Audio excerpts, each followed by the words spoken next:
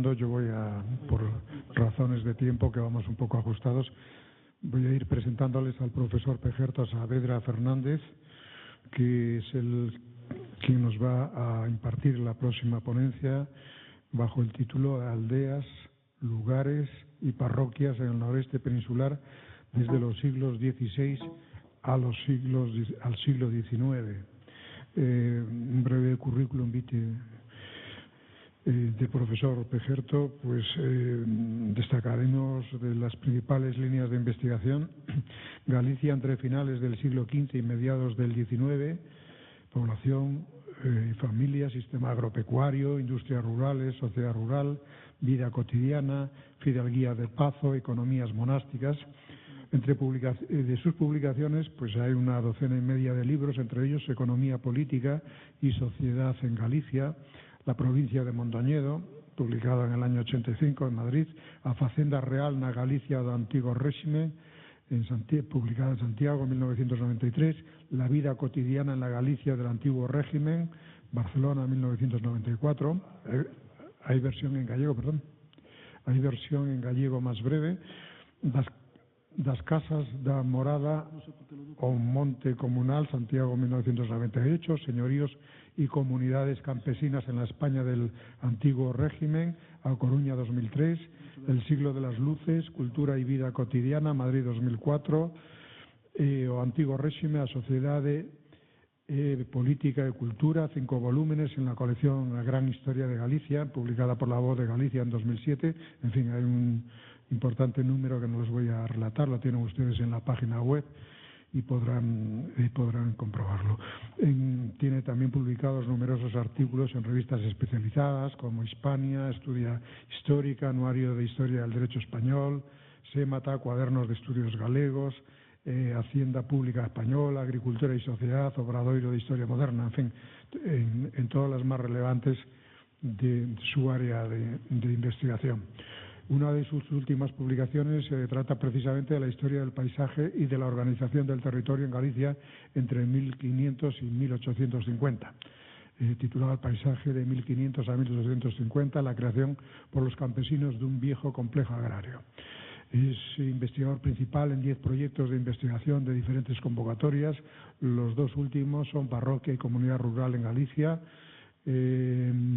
vigente de diciembre de 2009 a diciembre de 2013, otro El Monte Comunal en Galicia, desde comienzos de la Edad Moderna a la actualidad, el soporte de un viejo complejo agrario a recurso medioambiental y patrimonio paisajístico. Director de 8 tesis doctorales defendidas hasta el presente y de otras en curso de realización, así como de diversas memorias de licenciatura. En fin, profesor sumamente cualificado para la ponencia que nos va a impartir y tiene la palabra cuando quiera para hacerlo. Gracias y buenas tardes. Quiero mostrar mi reconocimiento a los organizadores que me invitaron a participar en este segundo Congreso Noroibérico. A todos, aunque quiero de modo particular mencionar a Vanessa Fernández, porque somos casi vecinos y gracias a este coloquio nos conocimos personalmente. El título de mi intervención es Aldeas, lugares y parroquias en el noroeste en los siglos XVI-XIX, pero los organizadores me han sugerido muy oportunamente, muy sensatamente, que haga una pequeña introducción a la organización general o la división del territorio en la época moderna, antes de las reformas la organización que existía antes de las reformas de Javier de Burgos, de modo que de modo breve, porque es una cosa muy compleja, haré una pequeña reflexión sobre la división del territorio, especialmente en lo que era la Corona de Castilla, o que conocía como la Corona de Castilla, antes de 1800. Bueno, hacia 1530, y después de llevar 40 años pleiteando con la Casa de Altamira, un pleito muy ruidoso, muy duro, los vecinos del concejo de Burón de Lugo, actual Ayuntamiento de Fonsagrada y de Negueira de Muñiz, los vecinos presentaron un memorial al rey en el que le pedían que los agregase, decían ellos, a la noble villa de Ponferrada. porque explicaban que después de Burón estaba Navia, y después de Navia ya se entraba en el Real Valle de Ancares, abadía de Espiñareda, y que pertenecían al partido. No lo consiguieron porque perdieron el pleito gracias a que el procurador de la Casa de Altamira compró al procurador de los vecinos, y así consiguió que ocultasen unos documentos y decía el mayordomo del conde: plega a Dios que nunca aparezcan y que no anden bullendo con ellos, ¿no?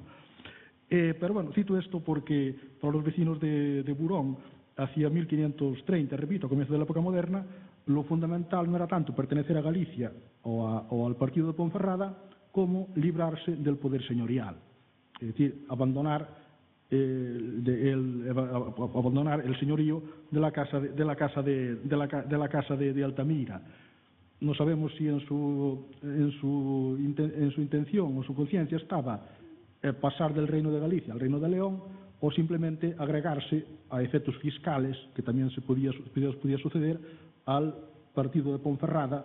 En todo caso, Ponferrada era entonces una villa realenga, y seguramente eso era lo que les llevaba a pedir lo que pedían, en vez de continuar perteneciendo a la provincia de Lugo, que tenía como su ciudad dependiente del obispo. En todo caso, está muy claro que los marcos señoriales o la división señorial del territorio era fundamental en esta época, y el señorío tenía un peso, en el caso de Burón, realmente brutal por las incidencias que dio origen este pleito. En el antiguo régimen, antes de la Revolución Liberal, la división del espacio o la organización del espacio era muy compleja porque el espacio era plural, es decir, cada poder tenía su propia organización, y además era muy rígido en el sentido de que, como el poder sobre el espacio estaba patrimonializado, era muy difícil introducir modificaciones en los límites de concejos, jurisdicciones, etcétera, etcétera. Y la prueba está en que hasta que se abolió el régimen señorial en 1811, no se pudo proceder a una reforma, digamos que, de la división en jurisdicciones y cotos, concejos, y más arriba, pues en provincias, bueno, en municipios, partidos y provincias. Existía sobre el espacio una concurrencia de poderes, y cada poder tenía su división. La Iglesia tenía las suyas, las diócesis y las parroquias.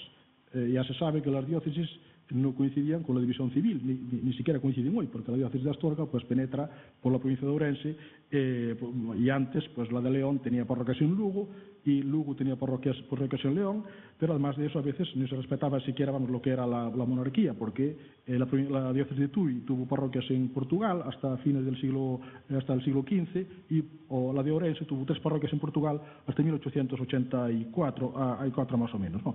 Entonces, cada poder tiene su propia división. El rey, diríamos que simplificando, divide el espacio, el poder real, en provincias y partidos, los señores en jurisdicciones, cotos, concejos, merindades. Los nombres a veces son variados, pero la realidad en la época moderna no es muy distinta. La Iglesia en diócesis y parroquias, arciprestazgos y parroquias, y por debajo están las aldeas o comunidades vecinales que pueden tener un reconocimiento institucional, caso de buena parte de la provincia de León, o no tener ese reconocimiento, como habitualmente sucedía en Galicia y también en Asturias, ¿no? Bueno, si uno coge un documento de una real cédula o una real provisión, etcétera, de la época moderna, tanto antes en la época de los Austrias como de la época de los Borbones, se encuentra pues con una retahíla de títulos del monarca que son bien conocidos, ¿no? Nunca dice que es rey, en estos documentos no dice que es rey de España, ¿no? Sino que es rey de Castilla, de León, de Aragón, de los Algarbes, de Jerusalén, de Granada, de Valencia, de Sevilla, de Galicia, etcétera, etcétera. No, el orden que se cita es más o menos siempre el mismo. Yo no lo sé de memoria, ¿no? Pero bueno, esto es como si un noble citase, digamos, que todos los títulos que ha ido heredando, ¿no? Entonces es una forma de reflejar la incorporación sucesiva a la monarquía de reinos de diferentes en diferentes épocas o con una situación institucional distinta. Algunos de estos reinos tienen instituciones propias, o sea, tienen un reconocimiento jurídico-político muy acusado. Aragón, Valencia, el Principado de Cataluña o Mallorca, hasta los decretos de Nueva Planta, después saben que se asimilan a la misión de Castilla. Navarra, toda la época moderna. Las provincias, bueno, el señorío de Vizcaya, Guipúzcoa y Álava, pero sobre todo el señorío de Vizcaya y Guipúzcoa, pues también durante todo el antiguo régimen. Galicia tiene una institución que también representa al reino, que son las juntas del reino, de las que toma el nombre el actual gobierno autonómico, unas juntas que tienen poder de negociación, pero no legislativo, ni mucho menos gubernativo, pero sí que, digamos, que dan cuerpo a un reino que tiene, en cierto modo, de cara al exterior, un carácter unitario, que desaparece pues con la creación de las provincias, liberales, ¿no? León, Reino de León, que se cita siempre en segundo lugar, después del Reino de Castilla, ¿no? Pues no tiene, en la época moderna, no tiene reconocimiento institucional, es decir, no hay ninguna institución que represente al Reino de León ni al Reino de Castilla, ¿no? Sin embargo, este orden, porque se citan, tiene una cierta importancia protocolaria, ¿no?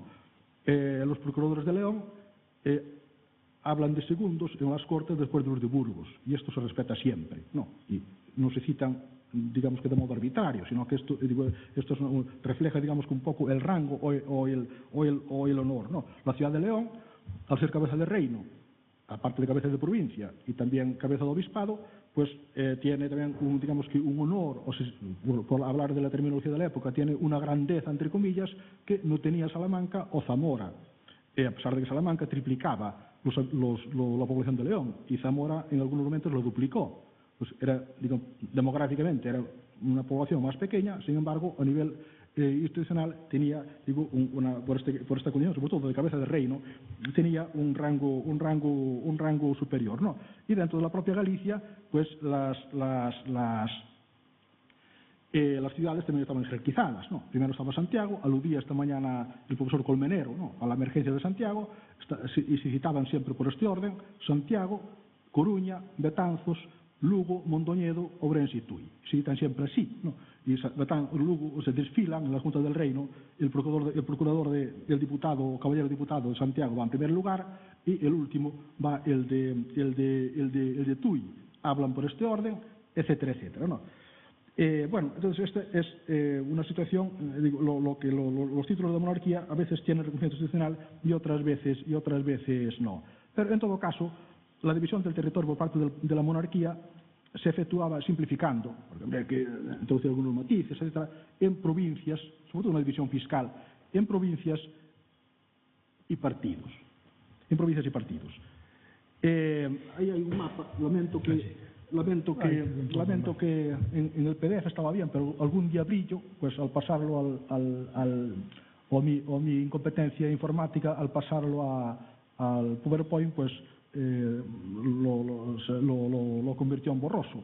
Pero bueno, cuando se pongan en la red los textos procuraré que esté más claro, ¿no? Pero la división de la monarquía a fines del siglo XVIII, la llamada división de Florida Blanca, que no es que Florida Blanca hiciera esta división, es que él refleja en el nomenclátor lo que realmente existía, ¿no? Entonces, lo que hay ahí pues son una serie de provincias, a veces reinos o provincias, a veces con divisiones internas. Ahí tienen el caso de Galicia, se dividía en 7 provincias, después a ver si vemos un mapa más claro. La provincia de León, que incluía Asturias, y estaba dividida en 3 partidos, que era el partido de León, el partido de Ponferrada y el partido de Asturias, y así aparece en muchas fuentes, también en el catastro de Ensenada. La provincia de Valladolid, que se extendía por el sur de León y en este momento ya no llegaba a Orense, pero sí llegó a la provincia de Orense, pero la provincia de Burgos, que tenía Santander y buena parte de La Rioja, otra parte le correspondía a Soria. Después hay, aquí ven un enclave en la provincia de León que pertenecía a Valladolid, pero hay muchos enclaves también en el centro, es decir, no hay una continuidad territorial entre unas provincias y otras, ¿no? Esto es de fines del siglo XVIII. Si vamos al XVI, las cosas no eran muy distintas, aunque sí hay algunos matices, ¿no? Por ejemplo, no existía la provincia de Palencia, que pertenecía a Toro, no existía la provincia de Extremadura, que entonces pertenecía a Salamanca y se creó después, y bueno, existía el Reino de Galicia, pero hasta 1620 o 30 fiscalmente pertenecía a Zamora, que era la ciudad que hablaba en las Cortes por Galicia. También a fines del siglo XVI, prácticamente hasta 1780 y tantos, pues la parte oriental de la provincia de Orense, las llamadas tierras del Conde de Benavente, eran de Valladolid, fiscalmente. Pero claro, esto, a veces, la cuestión fiscal, el que un territorio esté agregado fiscalmente a otro, no significa que pertenezca, digamos que en el aspecto político completo, pues a otro territorio, ¿no? Que sea, por ejemplo, la parroquia de Balouta, del Reino de León y de la abadía de Espiñareda, contribuía fiscalmente con Navia, pero en algunas cargas. No significa que perteneciese al concejo de Navia, sino simplemente andaba agregada, ¿no? Y también es lo que pasa con las tierras del Conde de Benavente, que estaban en la parte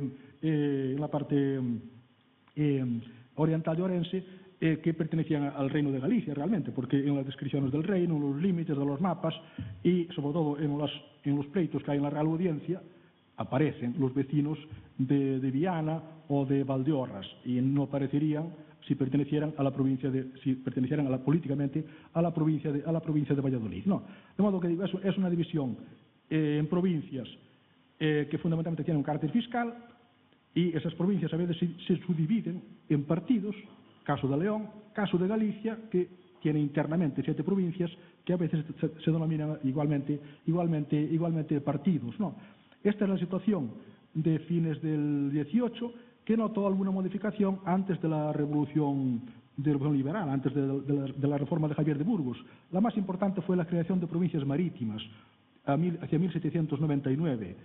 Aparecieron aquí entonces Asturias como provincia, Santander como provincia, Asturias desgajada de León, Santander de Burgos, apareció la provincia de Alicante, apareció la provincia de Málaga desgajada de Granada y la provincia de Cádiz, ¿no? Esto es de lo más importante. Otra fue la supresión de la provincia de Toro y la corrección de algunos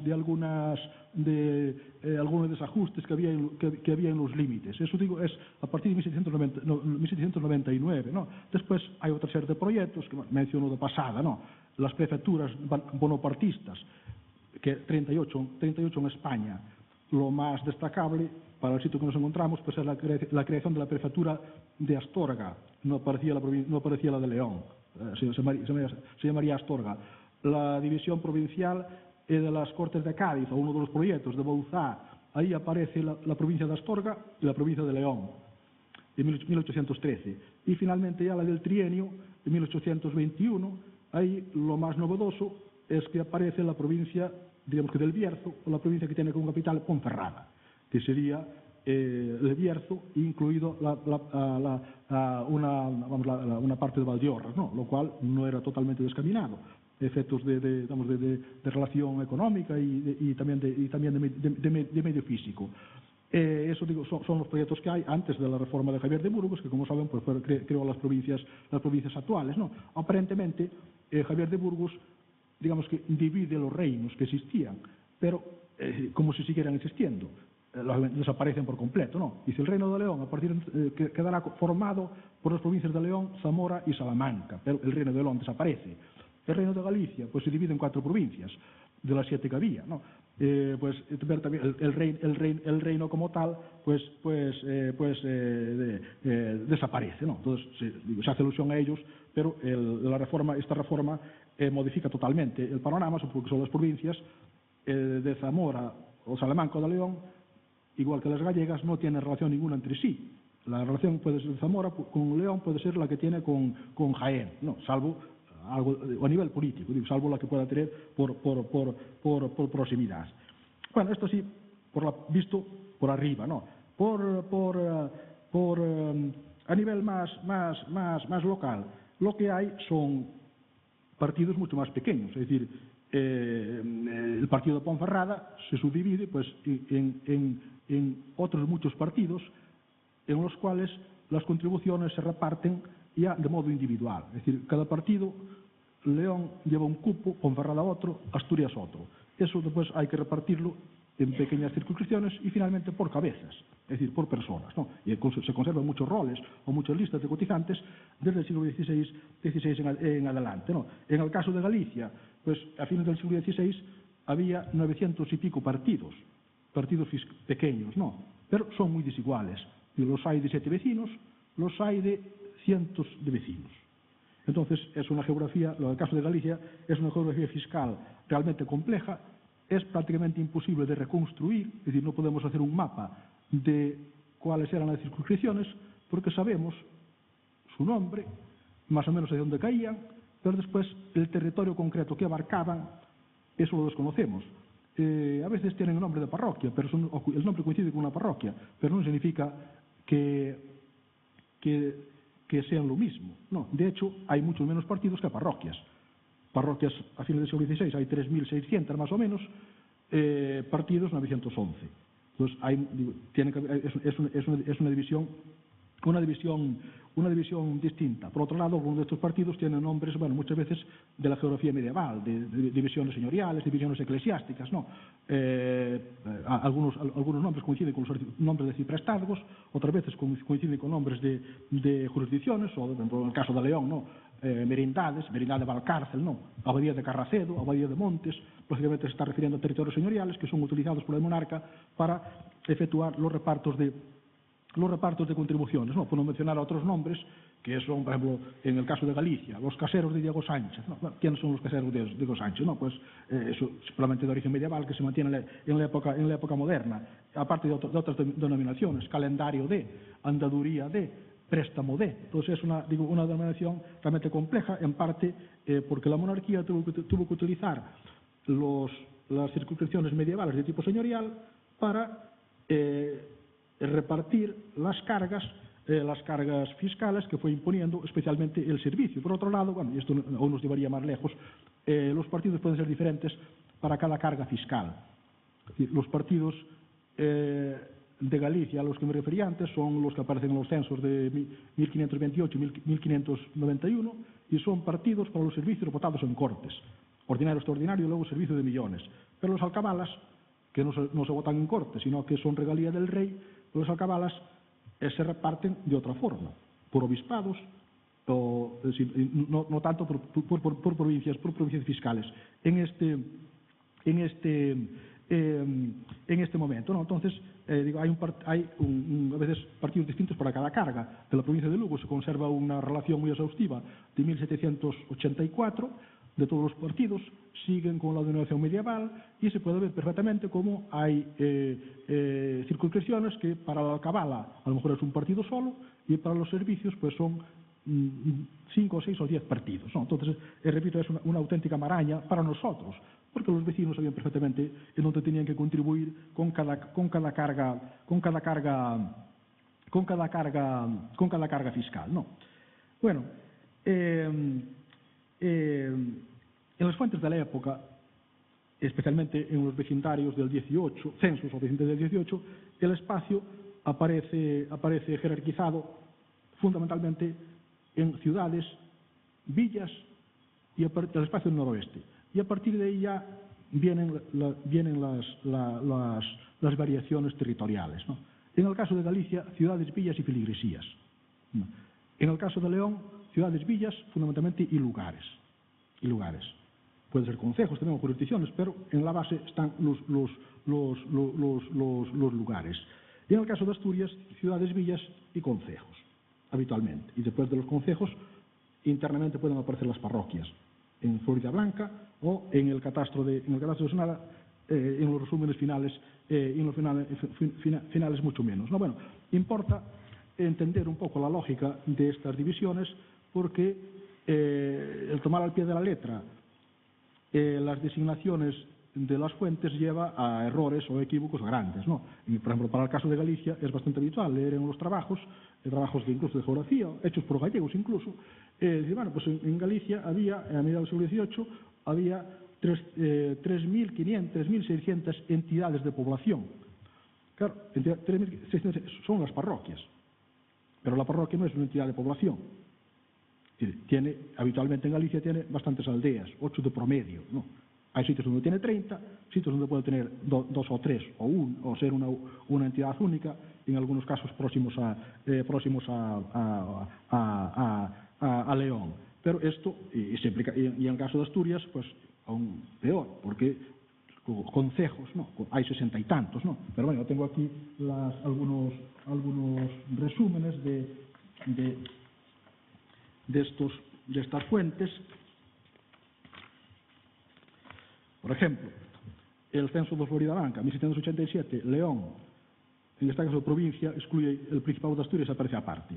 Dice 2 ciudades, 197 villas, 1.140 lugares. En otro sitio pone que tiene 1.373 parroquias y 1.284 pueblos.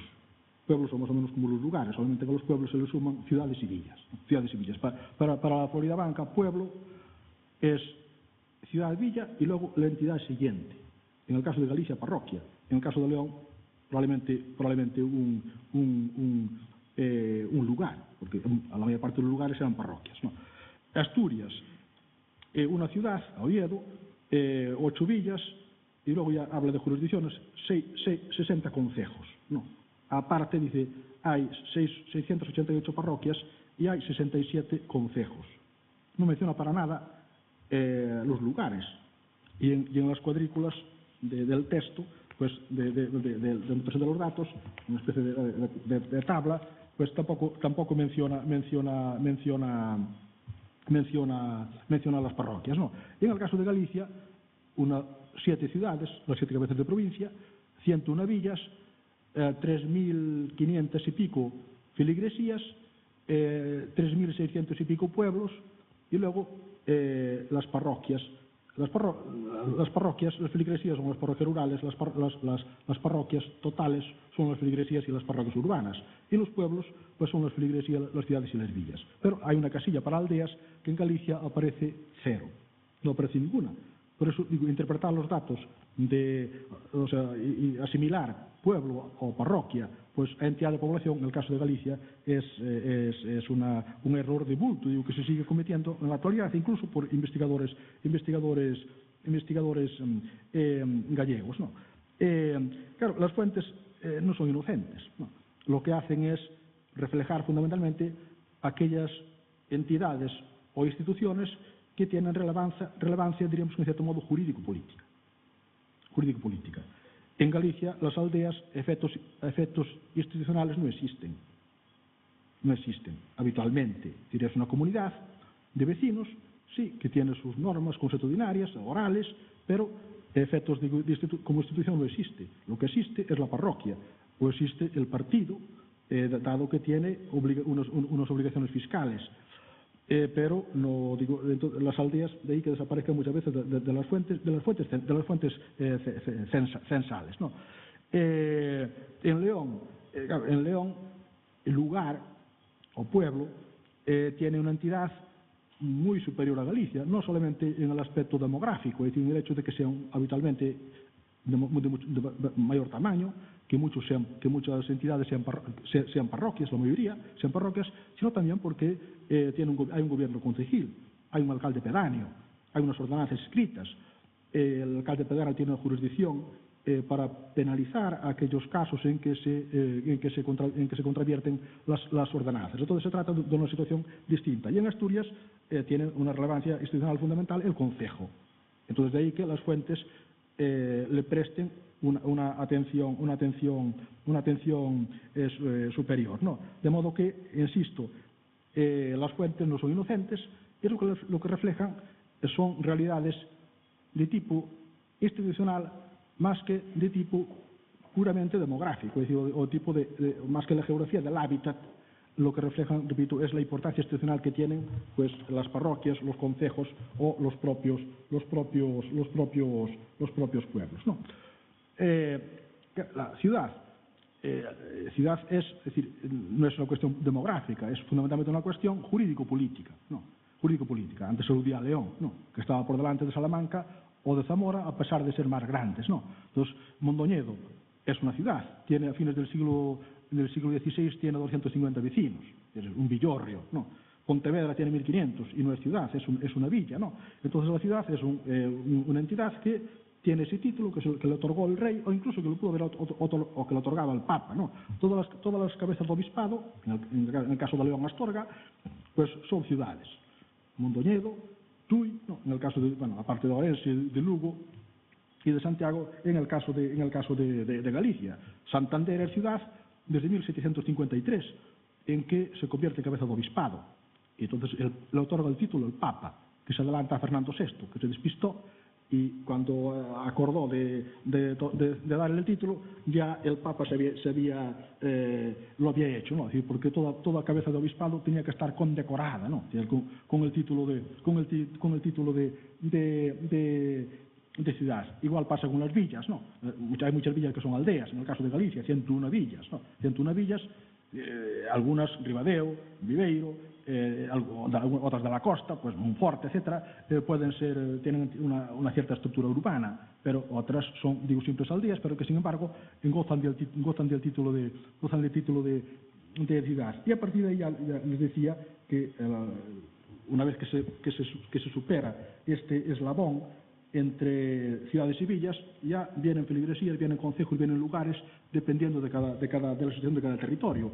El catastro en Ensenada pasa prácticamente lo mismo. Ustedes lo cogen los vecindarios que están publicados, el del León, la provincia de León, pues aparece efectivamente dividida en 3 partidos, y si repasan estos vecindarios de 1759, realmente se refieren a 1750, pues verán que el Partido de León, en el Partido de León aparecen muchísimas entidades, y en el de Ponferrada, habitualmente, salvo casos contados, se menciona lugar a lugar, cada uno con sus vecinos, sea uno, incluso a veces medio vecino, probablemente porque una viuda o menores contaban como un vecino. Entonces, hay algunas agrupaciones, pero son escasas. Val de San Lorenzo no explica el número de lugares, dice simplemente 200 y pico vecinos, ¿no? Pero en general va lugar a lugar.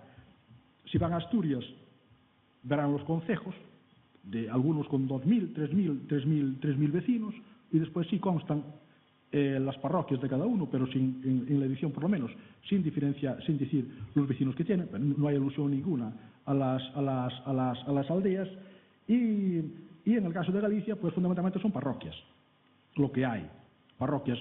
Ocasionalmente en la provincia de Ourense puede haber lugares, porque la provincia de Ourense tiene un poblamiento más grande, más agrupado, más diferenciado, y en algunos casos pues el catastro también reconoció esa realidad y se hizo por lugares y no por feligresías, ¿no? Pero fundamentalmente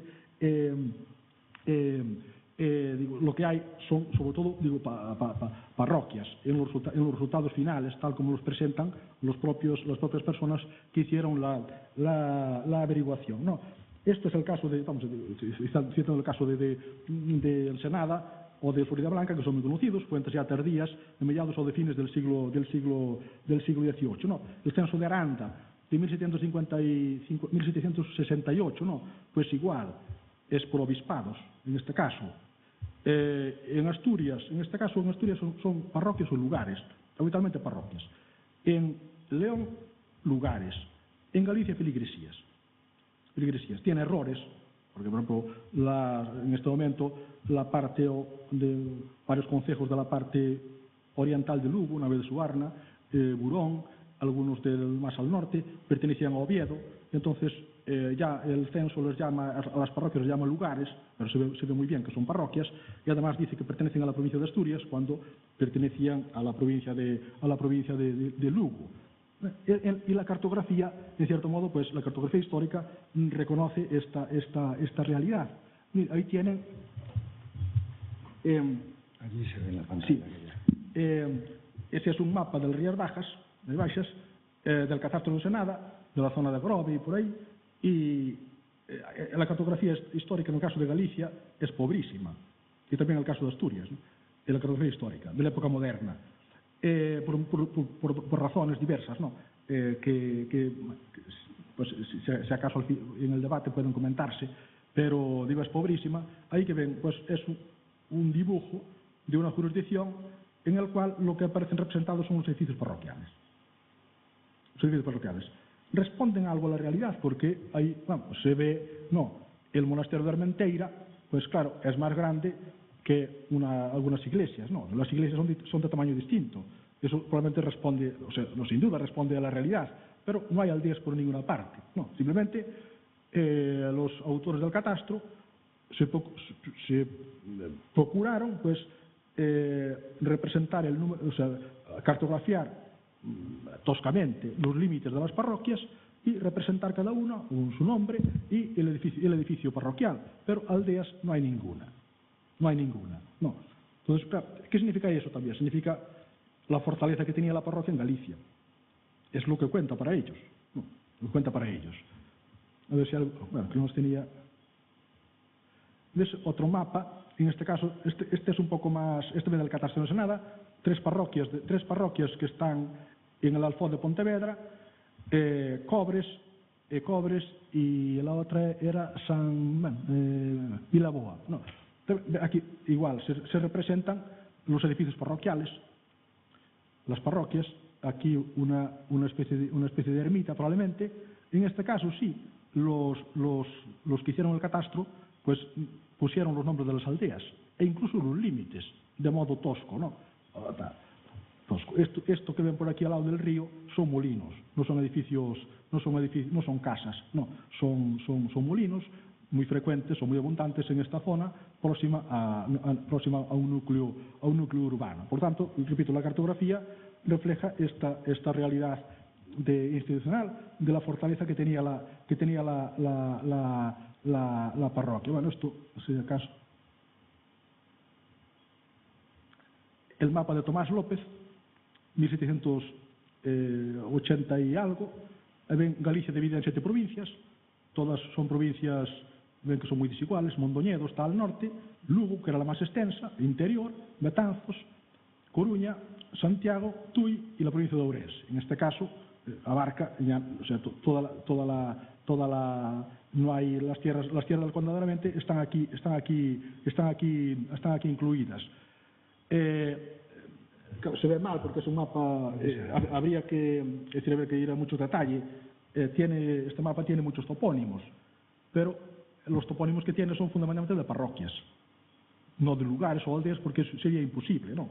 Tiene el autor, es un mapa de gabinete, porque fue construido por Tomás López con información que le iban enviando los corresponsales. Entonces fue muy criticado en la época por los errores que tenía de localización de poblaciones, también en Galicia en el caso de límites, de orientación de las montañas, situación de los ríos, etcétera. Fue muy censurado, porque se trata de una obra de gabinete. Pero fundamentalmente presta atención fundamentalmente repito, a las parroquias y mucho menos a las aldeas, salvo que en algunos casos sean aldeas que tengan una feria, que eran bastante frecuentes, ¿no? Ahí ven un mapa de ferias de fines del siglo 1790 más o menos, y claro, ferias y mercados, y Galicia está salpicada, ¿no?, de poblaciones que tienen ferias o mercados, ferias mensuales, no,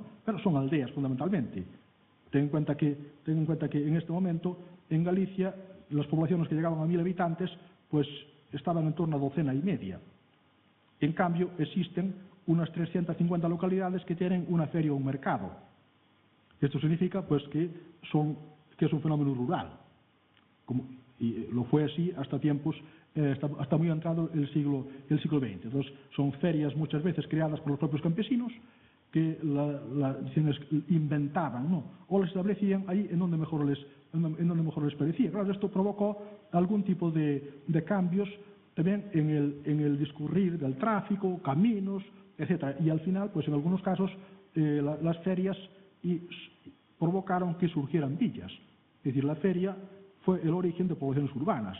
Fonsagrada, por ejemplo, ¿no?, era una población de 25 vecinos en el Catastro de Ensenada y después fue designada capital de concejo. ¿Por qué? Porque la feria la encumbró. Pero Carballiño, ¿no?, que es una población de las villas más importantes de Galicia, era un descampado y creció gracias a una feria. Astrada, pues igual, ¿no?, Monterroso, capital de concejo actualmente, pues también creció por una feria. Ferreiro do Valadouro igual, ¿no? Entonces, digo, se trata de un fenómeno rural. Entonces, en algunos casos, estas poblaciones que tienen feria, sin ser parroquia, pueden aparecer recogidas en los mapas, ¿no?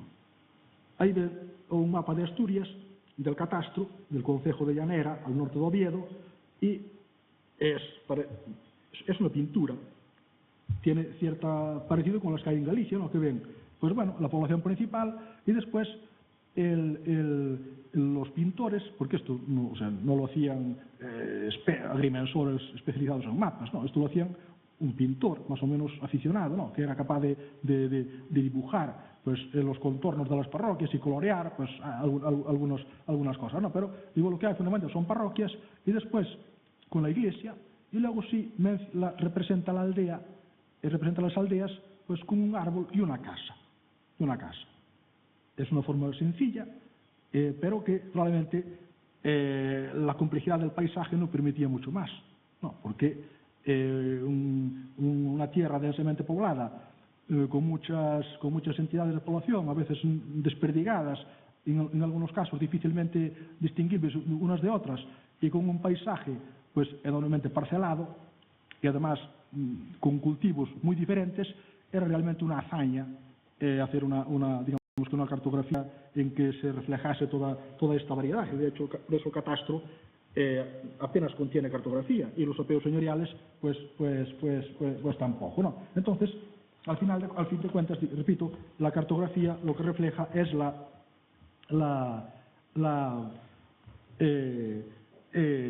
entidad que tiene la parroquia, allí en donde el hábitat es muy numeroso, y entonces la parroquia aparece como institución capaz de aglutinar o dar una cierta coherencia a esas entidades que pueden ser más o menos. Es decir, ya digo, en Galicia puede haber 30 aldeas por parroquia o puede haber 2 o 3, pero en todo caso el promedio es de 8. ¿Tenía más importancia la parroquia en Galicia que en León? Probablemente sí, porque en León hay una cierta competencia entre lo que es la parroquia y lo que es el concejo. Si el concejo tiene sus ordenanzas, tiene sus oficios y se interviene incluso en muchas cosas referidas a la propia vida parroquial. Las ordenanzas muchas veces pues indican, establecen normas sobre fiestas, sobre rogativas, sobre asistencia al viático, sobre asistencia a misa, etcétera, etcétera. Entonces el concejo tiene una presencia mucho mayor al lado de la parroquia, aunque coincidan el pueblo, o sea, el concejo y la parroquia. Como en Galicia rara vez coincidía la parroquia y el pueblo, entonces la entidad de la parroquia es creo que mucho más evidente como institución que establece que estructura un hábitat fragmentado, ¿no? Ahí tienen el mapa de parroquias de Lugo, diócesis de Lugo, de 1768. También es difícilmente legible, pero porque es un mapa en el que recoge 1.131 parroquias, es decir, hay 1.131 topónimos. Estas parroquias tienen de promedio 6,5 kilómetros, escaso, no, son las más pequeñas de España, creo, pero son 1.131. Piensen que, por ejemplo, Cádiz tenía 14 parroquias, toda la diócesis de Cádiz. Entonces, claro, estamos hablando de situaciones muy diferentes, ¿no?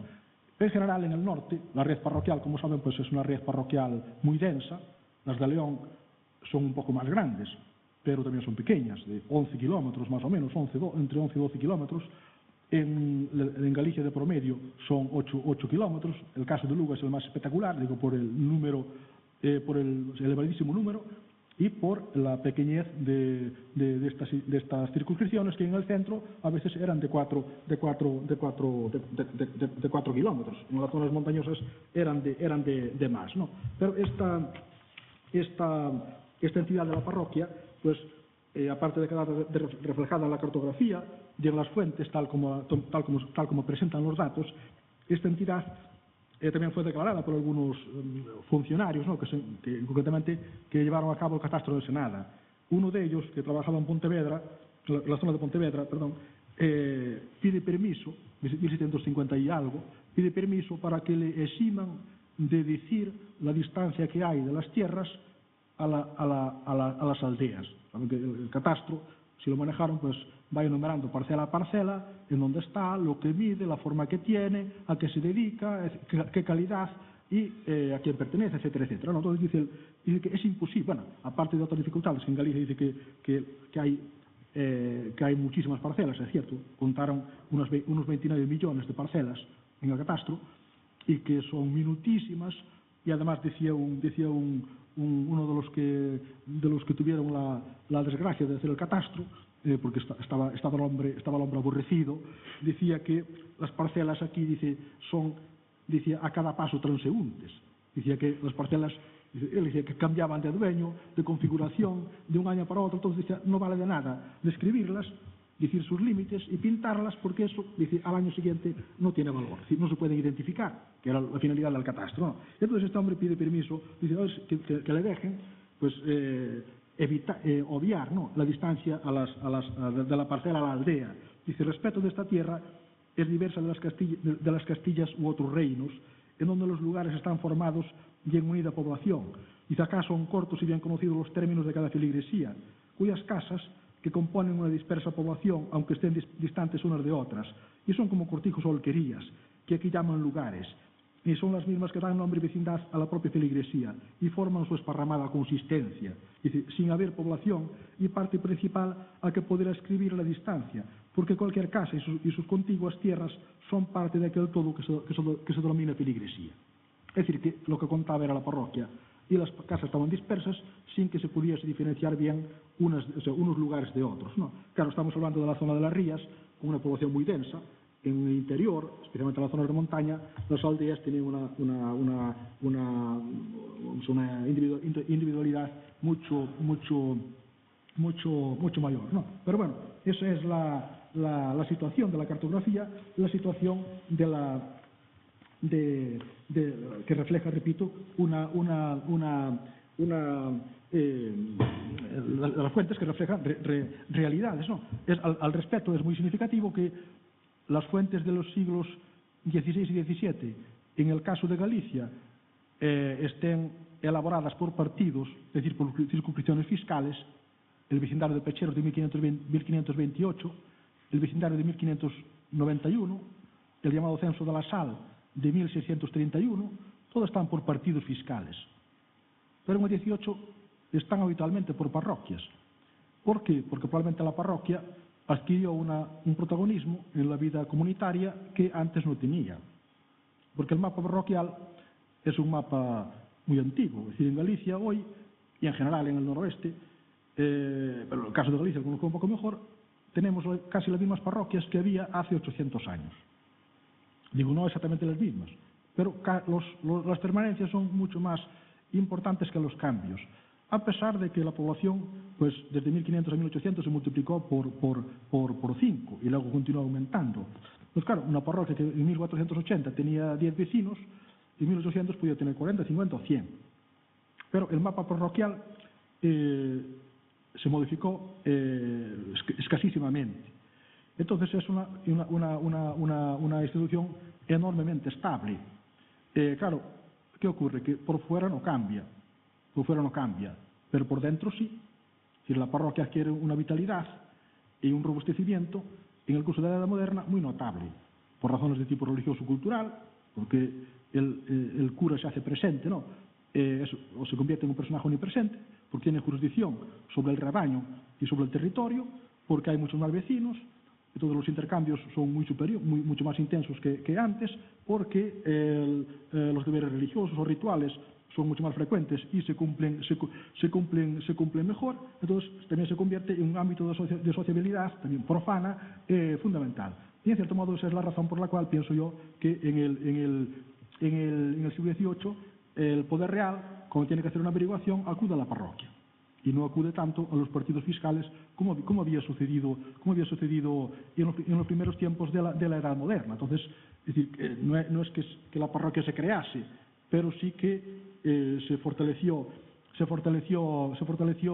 enormemente, ¿no?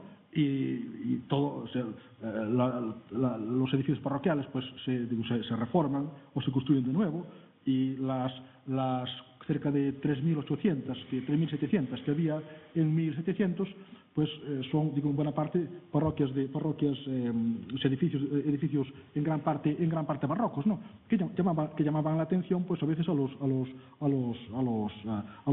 viajeros. No sé, ya voy casi con el tiempo.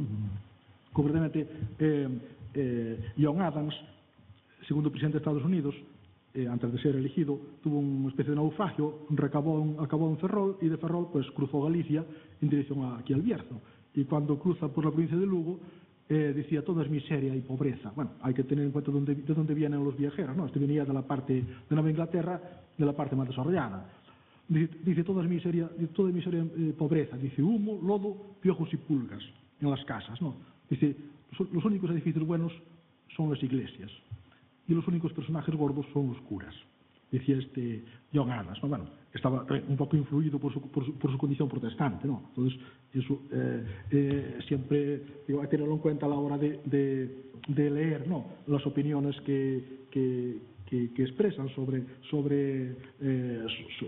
un país, ¿no?, en las iglesias, monasterios, la riqueza eclesiástica, etcétera, ¿no? Bueno, pues esto es un poco, bueno, la lógica de las fuentes, que refleja fundamentalmente lo institucional antes que lo que era la realidad del hábitat, al menos en Galicia y también en Asturias, menos en León, ¿no? Bueno, porque en León, digo, por el tipo de poblamiento, los lugares aparecen con mucha más frecuencia. Claro, entonces es mucho más fácil reconstruir el hábitat en León que reconstruirlo en Galicia, o menos en buena parte de Galicia, o reconstruirlo en Asturias. Sería mucho más fácil. Reconstruir quiere decir que censar el número de entidades de población, aldeas o lugares, más o menos, y saber qué número de vecinos tenían en diferentes momentos, ¿no? Porque, como les decía, las fuentes del 16, censos y vecindarios, o del 18, en el caso de Galicia y en el caso de Asturias, rara vez se refieren a la aldea o al lugar, casi siempre a parroquias, concejos o a partidos. En León es distinto, digo, porque habitualmente no todas, pero sobre todo el vecindario de la Sal, en 1631, ya ofrece mucha información por lugares, también los anteriores, pero menos, ¿no? Pero el de 1631 ya ofrece una información, digo, por lugares. Aquí en el Bierzo no tanto, pero hacia la parte central y oriental de la provincia mucho más, ¿no? El censo de la Sal, que se puede consultar en la red, está publicado por el Instituto Nacional de Estadística, ¿no? Claro, y curiosamente no, este censo que se hizo para un reparto de la Sal, para una reforma fiscal en la cual estaba previsto gravar la sal y suprimir otras contribuciones, en este censo, claro, las entidades aparecen agrupadas de forma distinta, porque el Bierzo y las montañas de León aparecen en los alfolís de Asturias. Es decir, claro, se trata de una renta distinta, y no son las alcabalas o los servicios. Entonces, digamos que en este caso, partido del Bierzo, partido de las montañas de León y partido de Asturias, y luego pescadores de Asturias. Son los cuatro circunscripciones que agrupa el Principado, mientras que León se queda con Benavente, León y creo que la parte oriental, ¿no? Una prueba más de que cada renta tenía a veces sus propias circunscripciones, ¿no? Bueno, es difícil, entonces, en algunos casos, reconstruir el hábitat. No me refiero a, vamos a ver, ¿no?, nombres de aldeas, etcétera, sino me refiero a cartografiarlas todas. En Galicia, pues, hacia 1800 había unas 30.000. Pero, en todo caso, hay algunos datos sueltos, ¿no?, referidos a Galicia, y estos datos prueban, lo que tampoco sorprende, ¿no?, prueban que los cambios en el hábitat, es decir, en el tamaño de las aldeas, no tanto en el número, que esto es una cosa más compleja, fueron en algunos casos radicales y en otros casos mucho menores. En el litoral, en la zona de las rías, las modificaciones en el hábitat fueron muy profundas, ¿no? Algunas fuentes parciales o que informan de localidades concretas, pero por aldeas, y no ya por parroquias, ponen de manifiesto que, por ejemplo, en la zona de la Lanzada, correspondiente al mapa que les ponía antes ahí de parroquia, de iglesias, pues en esta zona, en el año 1582, el 26% de los núcleos tenía uno o dos vecinos, y el 25% tres o cuatro.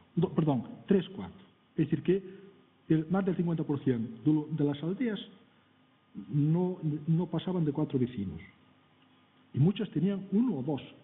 Esto significa pues, que la gente vivían aisladas en medio del comunal, en medio de grandes masas, digamos, forestales o de otro tipo, ¿no? Pero se trata ya muy avanzado el siglo XVI, se trata de un territorio en este momento muy despoblado, ¿no?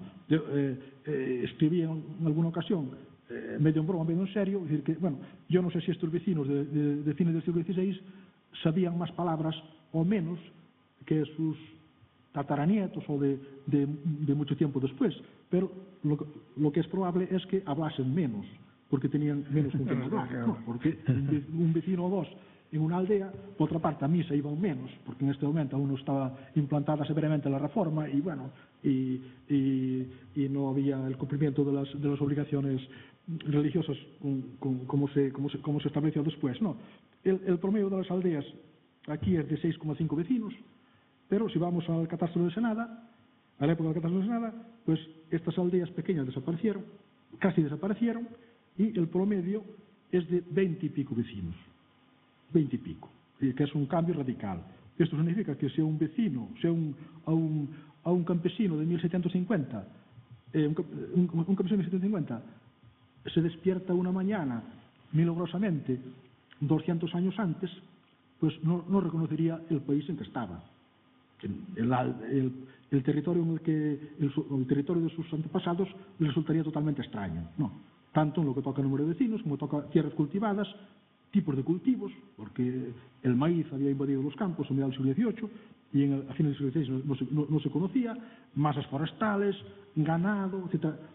Aquello le resultaría un mundo totalmente extraño, ¿no? En otras comarcas próximas a la costa también hay cambios. Terra de Montes, por ejemplo, pues de 6 vecinos, en 1582 se pasa a 16 y en 1752. En algunas comarcas de Ourense, Celanova, etcétera, que se parecen bastante al litoral, porque son comarcas muy pobladas, de 100 habitantes por kilómetro cuadrado. En el 18, pues también hay cambios muy importantes, pero sin embargo, en la provincia de Lugo, interior, en donde los cambios agrarios fueron menores, pues aquí las transformaciones son mucho más escasas, ¿no? Concluyo, por ejemplo, en Samos, en 1590 las aldeas tenían 7,4 vecinos de promedio y en 1857 tenían 9,4, es decir, un aumento bastante escaso. En Sarria pasaron de 4,3 a 6,3. En Cervantes, en 200 años, 1561 a 1857, pasaron de 6,3 a 8,1. En el Caurel, de 20 a 25. Aumentos pequeños. Y en el Concejo de Navia, de 1700 a 1857, o sea, 160 años, pasaron de 8,5 a 11,5. Estos vecinos de Samos, Sarria, Cervantes, Navia o Caurel, probablemente, si les ocurriese lo mismo que a un vecino de los Salnés, es decir, que si los llevasen 200 años atrás, seguramente reconocían mucho, porque el paisaje cambiara mucho menos, ¿no? Lo que es el hábitat, tamaño de las aldeas, incluso los tipos de cultivos, porque muchos de estos sitios el maíz no se introdujera, todos siguen con el centeno, con las castañas en el caso de las montañas y valles fluviales. Entonces aquí los cambios fueron mucho más suaves, ¿no? Pero bueno, son algunos datos sueltos y que permiten afirmar que lo poco que conocemos del hábito pues lo poco conocemos, acredita que los cambios fueron muy diferentes en unas y otras partes de Galicia, probablemente de Asturias, miramos el litoral o miramos el interior, ¿no? Pero bueno, estas son cuestiones que todavía necesitan más investigaciones, búsqueda de fuentes, a ver si aparecen, y entre tanto, pues, esto es lo que sabemos, ¿no? Pero bueno, son las aldeas, muchas están en las fuentes desaparecidas, y esa desaparición se puede remediar, probablemente lo que no se puede remediar, o parece que no se va a remediar, es su desaparición actual, ¿no? Eso sí que es una cosa más dramática, ¿no? Decía, y concluyo, Otero Pedraio, un gran geógrafo gallego, que geógrafo, ensaísta, novelista, etcétera, que un castillo abandonado daba mucha pena. Dice, porque eran los huesos, dice en gallego, ¿no?, huesos de un fracaso al aire.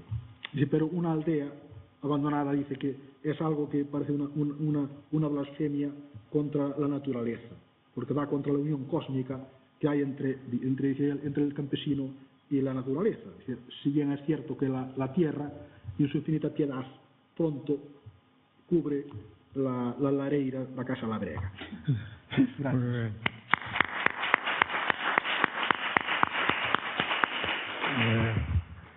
Pues muchas gracias al profesor Saavedra. Me ha gustado mucho decir, yo creo que a todos, porque lo que es la edad moderna creo que es bastante desconocida para la población en general. Todo el mundo tiene una representación del mundo antiguo, del mundo romano, de la Edad Media, en fin, pero de la edad moderna la verdad es que normalmente no tenemos una idea o una concepción por lo menos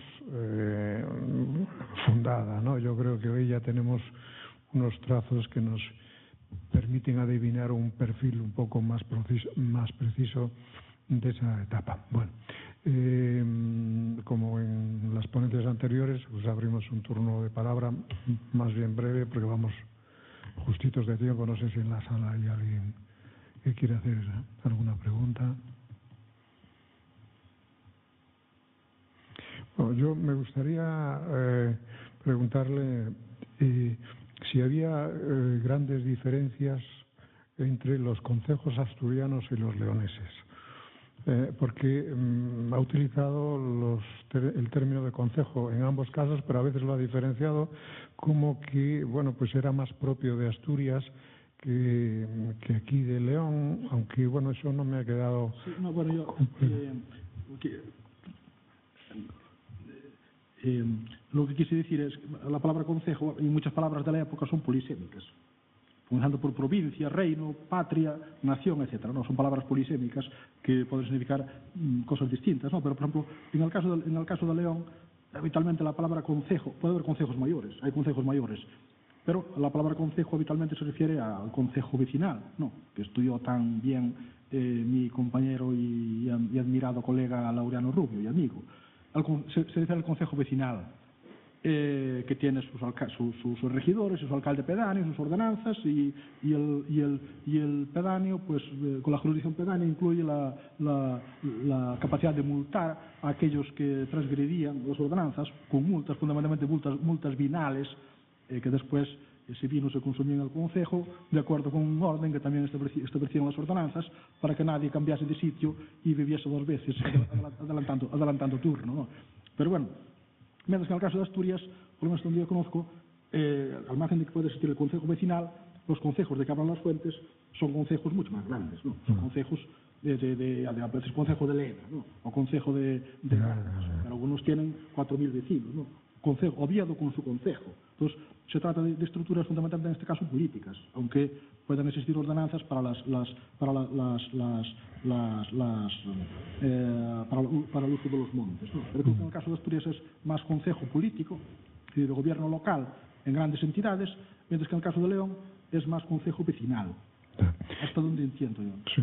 Y otra cuestión que siempre me ha llamado la atención es en la Edad Moderna la conservación de los antiguos reinos, totalmente desprovistos de su carácter jurídico-político, pero me llama la atención la conservación del Reino de Galicia, porque Propiamente el Reino de Galicia como organización jurídico-política tuvo como 2 o 3 periodos de a lo máximo 10 años o así cada uno, ¿no? Y sin embargo, bueno, pues la Corona de Castilla, que incluía pues los reinos de León, de Galicia, el Reino de Castilla, con las grandes diferencias que había entre los tres, ¿no? El de León en términos de duración y también un poco de, digamos, de proyección territorial y demás, y el de Castilla. ¿Eso tiene alguna explicación? Sí, yo creo que, vamos a ver, es decir, el Reino de Galicia tuvo reyes propios muy poco, vamos, unos años, en torno al año en la 1190 y 1090, perdón. Pero O sea, como tal reino, yo creo que si se suman las 3 etapas nos pasa de 30 años. Sí, no, son muy poco tiempo. Pero, claro, conservó el título de reino, nunca un título de reino, pero durante la Baja Edad Media sin instituciones propias. Es decir, en la Baja Edad Media el Reino de Galicia no tiene ninguna institución jurídico-política que le distinga de los otros reinos. No tiene ninguna. Aunque a veces se dice que los reyes católicos suprimieron entre comillas, autonomía de Galicia, lo que hicieron fue hacer más presente el poder real, mucho más presente que antes. Claro, la autonomía, entre comillas, la autonomía que tenía Galicia era que el rey era incapaz de imponerse. Entonces no era incapaz de cobrar muchas cargas fiscales. Con los reyes católicos esto termina y de hecho establecen instituciones nuevas como el gobernador y sobre todo la audiencia, que jugará un protagonismo fundamental. Y después aparecen las juntas del reino. Eso está poco claro, ¿no? Pero aparecen a comienzos del siglo XVI, existían 5 provincias y existen las juntas del reino, un procurador por cada cabeza de provincia. Después Santiago y a Coruña, perdón, Betanzos y a Coruña se dividen y forman 2 provincias, y Santiago y Tui también, con lo cual estamos en 7 provincias. Pero yo creo que todo parece indicar que la creación de las juntas del reino, en cierto modo, fue una, digamos que, necesidad del propio rey, porque en Galicia el 90% del territorio era territorio de señorío. En León creo que recordar que es 1/3 o algo más, pero en Galicia el 90% de Galicia era un coto señorial. Entonces el 90% era territorio de señorío y estaba muy enormemente fragmentado, cientos de jurisdicciones y cientos de cotos. Era un verdadero galimatías para nosotros, ¿no? Aunque está publicada la cartografía jurisdiccional por Río Barja, pero ante esta situación y con una población dispersa en aldeas, repito, dependiente de unos señores, de otros, entonces la solución de monarquía para repartir las cargas y cobrarlas fue encargar a las cabezas de provincia de esto. Porque si no, dice un documento de 1552, si no, no se podría dar orden en ello. Es decir, si las cabezas de provincia no se responsabilizan de repartir las cargas a nivel local y de recaudarlas, entonces sería para la monarquía sería imposible, porque la monarquía no tenía infraestructura ninguna. La monarquía no tenía, la única institución que tenía una infraestructura completa era la Iglesia. Parroquias y curas después, ¿no? Eso era, la monarquía estaba lejísimos de disponer de algo semejante. Entonces, es una necesidad de contar con una institución que colabore con la monarquía. Entonces, esta institución que a veces también se llama reino. O sea, el reino son las provincias, es el reino, pero también es la institución que lo representa y que se reúne cuando la convoca el rey, el gobernador, o a veces cuando solicita hacerlo por iniciativa propia, pocas veces. Pero esta institución, hasta que acabó la Guerra de Sucesión, tuvo un protagonismo muy importante, especialmente en el siglo XVII, porque se reunió muchísimas veces, aunque las Cortes dejaran de reunirse en 1665, perdón. Aunque las Cortes no se reunieron Carlos II, las juntas se reunieron muchas veces. Y cuanto más débil era la monarquía, más fuerza tenían las juntas. Entonces, cuando acaba la Guerra de Sucesión, que fue el último momento en que trataron de negociar sobre levas, sobre impuestos, etcétera, pues siguen reuniéndose, pero igual que las Cortes, reuniéndose de forma puramente ritual, ¿no? Para renovar los servicios de millones de cada 6 años. Entonces, las juntas contribuyen a acentuar representan al reino, y también contribuye a ello el hecho de que el capitán general y la audiencia tengan como, digamos que, ámbito territorial Galicia, porque la audiencia de Galicia es audiencia del reino, y el gobernador, a veces también llamado virrey o visorrey, muy significativamente, pues es gobernador del reino, ¿no? Entonces, el hecho de que las instituciones de la monarquía tengan, digo, fundamentalmente, sean específicas para Galicia, a nivel territorial, pues contribuyó a personificar o a dar visibilidad al reino, paradójicamente durante la época moderna, durante una época en que, teóricamente, el absolutismo debería ramplar con este tipo de instituciones, pero, digo, en cierto modo, son colaboradores de la monarquía, ¿no? Muy bien. Pues sí, ahora ya me ha quedado bastante más claro el asunto. Bueno. Perdón, les pido disculpas por la Bueno, pero eso lo vamos a tener. Después voy cuando se cuelgue el texto, procuraré que esté todo más claro. En todo caso, decía que lo que hay, cartografía es muy pobre, y lo que hay habitualmente es pintura, que muchas veces idealiza. Ahí tienen una representación, esa es de un pleito, ¿no?, del Bajo Miño, cerca de su desembocadura, de la parte de Galicia, y claro, es de 1730. Ahí ven ustedes, pues bueno, parece un paisaje maravilloso, ¿no? Todo recto, los campos regulares, caminos, casas blanqueadas, con ventanas, y algunas con más de un alto. Eso es una pura idealización del pintor, porque existían unas normas que decían que, bueno, cuando se representase algo, también había que tener en cuenta la belleza, es decir, la belleza y que eso gustase, ¿no? Que eso gustase. Entonces, tampoco podemos entusiasmarnos mucho con esta representación, repito, que están claramente idealizadas. Esta menos, es cartografía militar de Salvaterra, pero bueno,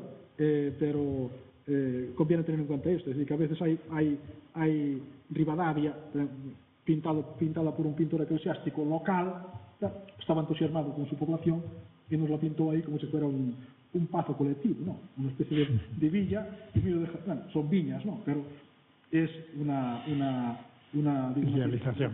No es más que un mapa, es una pintura. Muy bien.